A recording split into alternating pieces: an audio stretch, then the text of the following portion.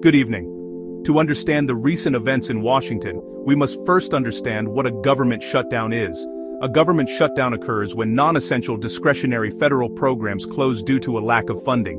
In the United States, the government cannot spend money without Congress's approval, which comes through spending bills. These bills must be passed by both the House of Representatives and the Senate, and then signed by the President. When lawmakers can't agree on a budget or temporary funding, the government's authority to spend money expires. This deadlock can be due to disagreements on various issues, such as healthcare, immigration, or defense spending. This triggers a government shutdown. Many federal agencies close, and hundreds of thousands of employees are furloughed without pay.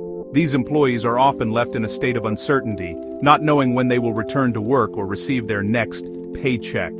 Essential services, like national security and air traffic control, continue, but often without pay for those workers. These employees are required to work without knowing when they will be compensated, adding to their stress and financial strain. Non-essential services, such as national parks and passport processing, halt entirely. This can disrupt travel plans, tourism, and other activities that rely on these services. The impact ripples far beyond federal workers, affecting contractors, local businesses, and entire communities. Small businesses that rely on government contracts may face significant financial challenges during a shutdown. Restaurants and cleaning companies with federal contracts lose business overnight. This sudden loss of income can lead to layoffs and reduced hours for employees in these industries. The economic cost can reach billions, slowing the nation's financial progress. The longer a shutdown lasts, the more severe the economic impact, affecting everything from stock markets to consumer confidence. Shutdowns are self-inflicted wounds from political deadlock, with everyday people caught in the crossfire. Public frustration often grows as the shutdown drags on, leading to protests and calls for resolution. Lawmakers use the threat of a shutdown as leverage in high-stakes negotiations. They may hold out for concessions on key issues, hoping to gain political advantage. Each day a shutdown continues, pressure mounts on both parties to compromise. The urgency to reach an agreement increases as the negative effects of the shutdown become more pronounced. For federal worker families, it's a period of intense stress, uncertainty about bills, groceries, and basic needs. Many families may struggle to make ends meet, relying on savings or seeking temporary assistance. Ultimately, a government shutdown is a political battle where ordinary Americans pay the price. The human cost is significant, affecting the lives and livelihoods of countless individuals across the nation. The United States recently endured its longest government shutdown, 41 days. This unprecedented event brought the nation to a standstill, affecting millions of lives and causing widespread disruption. Beginning in October 2025, the standoff created unprecedented disruption and uncertainty. Government offices were closed, and essential services were halted, leaving citizens in a state of confusion and concern. Federal employees missed paychecks, drained savings, and faced mounting anxiety. Many struggled to make ends meet, with some even resorting to selling personal belongings to cover basic expenses. Communities with large federal workforces, like Washington, D.C., were hit especially hard. Local businesses that relied on government employees saw a sharp decline in customers, leading to further economic strain. Essential services were unavailable, and the nation's leaders seemed unable to break the deadlock.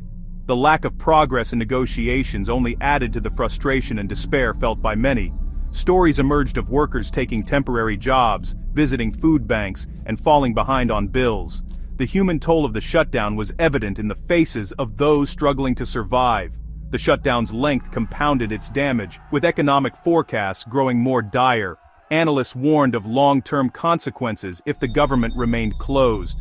America's global image suffered as the world watched the leading democracy struggle to fund itself. International allies and adversaries alike questioned the stability and reliability of the U.S. government. Public patience wore thin, and pressure on lawmakers intensified. Citizens took to the streets, demanding an end to the shutdown and a return to normalcy. Rallies and protests grew, but the political divide seemed insurmountable. The nation watched as its leaders remained locked in a bitter standoff, unable to find common ground. Breaking the deadlock would require someone willing to cross party lines and forge a compromise. It was a test of leadership and the ability to put the country's needs above partisan politics. The country waited anxiously for a solution to end the most painful shutdown in its history. The hope was that a resolution would come soon, bringing relief to millions and restoring faith in the government. Amid the gridlock, Senator Tim Kaine of Virginia emerged as a key figure. Representing a state with the third-largest federal workforce, Kaine had a personal stake in ending the crisis. For him, the shutdown was a disaster affecting his constituents' lives. Known for seeking common ground, Kaine focused on protecting federal workers from mass layoffs. He recognized that Democrats' votes were needed to pass any spending bill. This gave him leverage to secure protections for government employees. Kaine became a bridge between parties, using his influence to advocate for those most affected.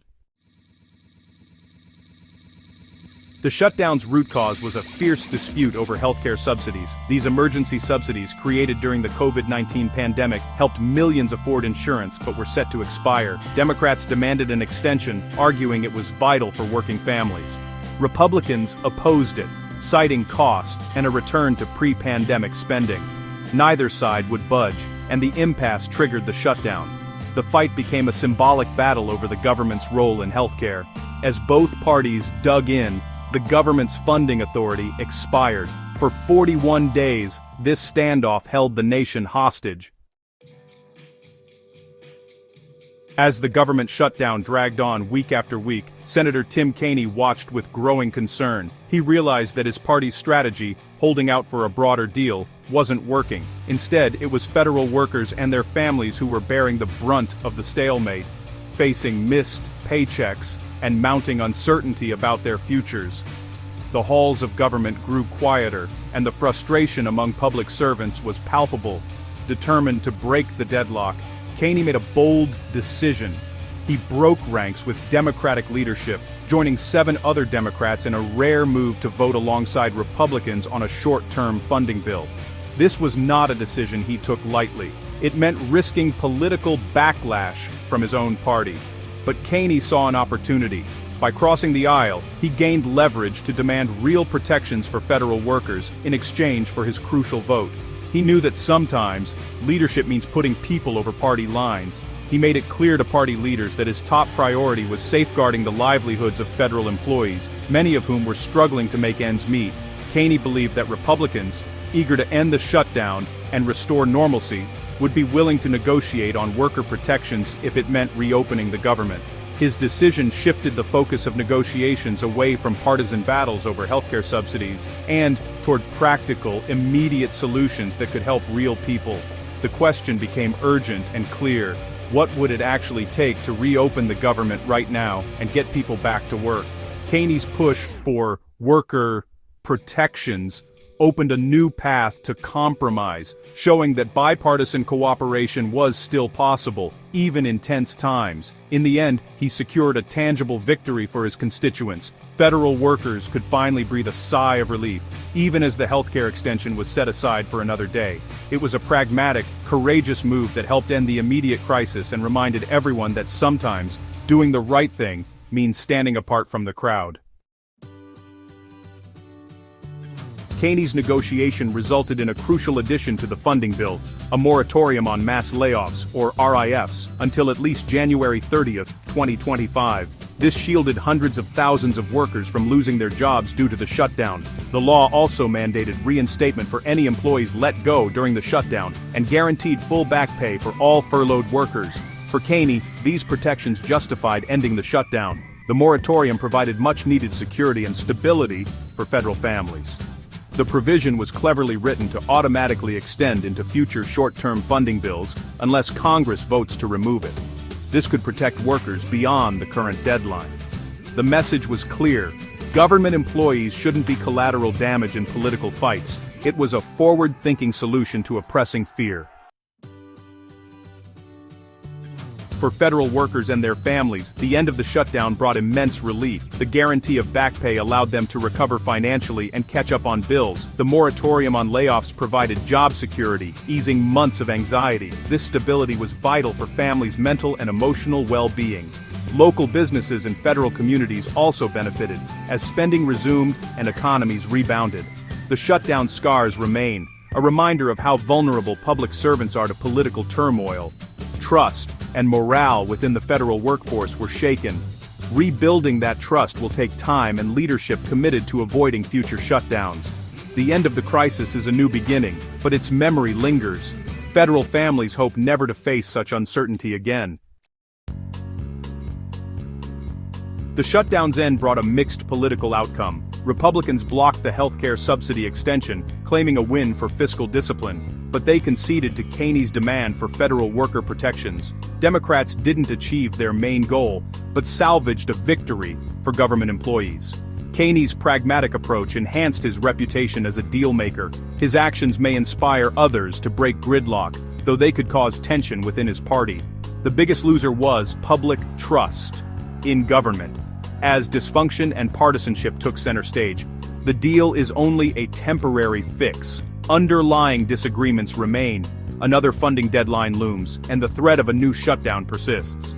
Without real change, this cycle could repeat.